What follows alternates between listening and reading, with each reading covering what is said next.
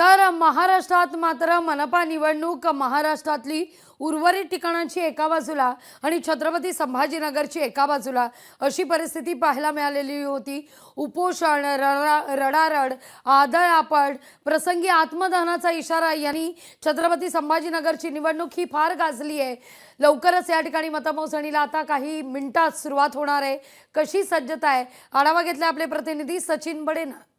मतमोजणी कशी केली जाणार आहे थेट आपण त्या मतदान केंद्रातून पाहूया, ज्या ठिकाणी मोजणी केंद्र जे आहे त्या ठिकाणी पाहायला मिळणार आहे।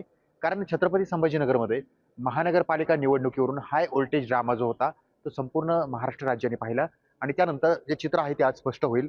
10 वाजेनंतर एक एक निकाल समोर यायला सुरुवात होणार आहे। पोस्टल मतदान झालं आणि त्यासोबत मशीन्सचं मतदान झालं, हे सुद्धा पाहिलं जाणार आहे, तपासलं जाणार आहे।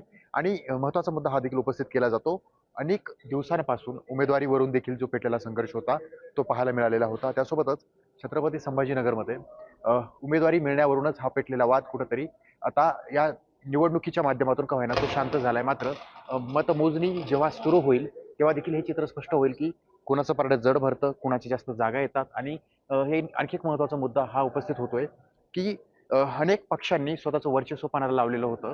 अनेक पक्षांनी जो प्रयोग केलेला होता तो म्हणजे या महानगरपालिका निवडणुकीमध्ये एक नवीन प्रयोग होता। कारण बरेच पक्ष जे आहेत त्यांनी पुन्हा नवी भूमिका घेतलेली आहे, पुन्हा नव्याने एकत्रित आलेले आहेत, काहींच्या युत्या झालेल्या आहेत, तर काहींच्या युत्या देखील या निवडणुकीमध्ये पाहायला मिळालेल्या नाहीयेत।